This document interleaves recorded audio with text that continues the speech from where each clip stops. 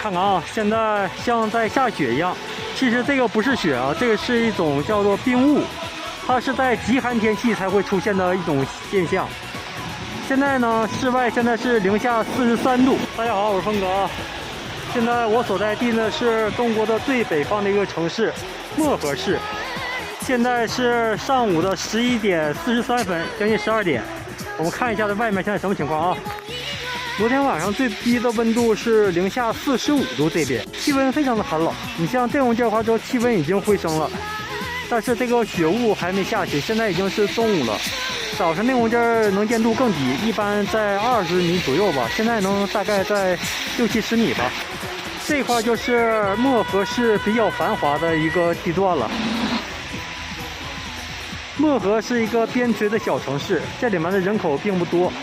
每年呢，也就是在旅游旺季的时候，人口比较多一些。看，这是冻白菜。东北话都愿意它高它炸完之后蘸酱吃。雪糕啊、冻货啊，全都是摆在这儿卖的，各式各样的。放这条大鱼，虾、玉米、鸡爪子、鸡，各式各样的冻货啊，各式各样。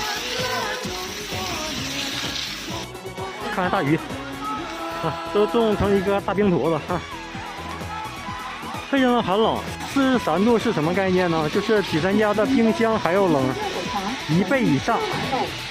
非常非常的冷，这边虽然说非常冷，但是大家穿的其实也不是说太厚，一般也就是一件羽绒服，然后里面加上一件毛衣，再加一套秋衣秋裤，也基本上了。还有就是东北的特色叫冻柿子、冻梨，这个是草莓、桃片，还有花红等等。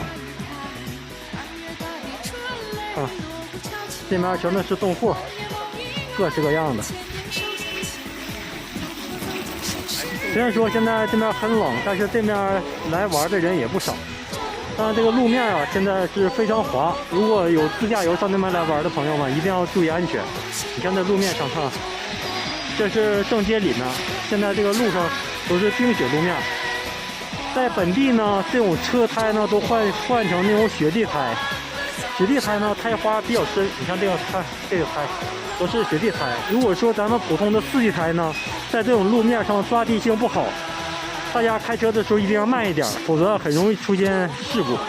刚出来一小会儿，这眼睛上面已经结霜了，非常的冷，这手现在已经冻麻了。今天就录到这里吧，改天有时间再给大家好好录一次，拜拜。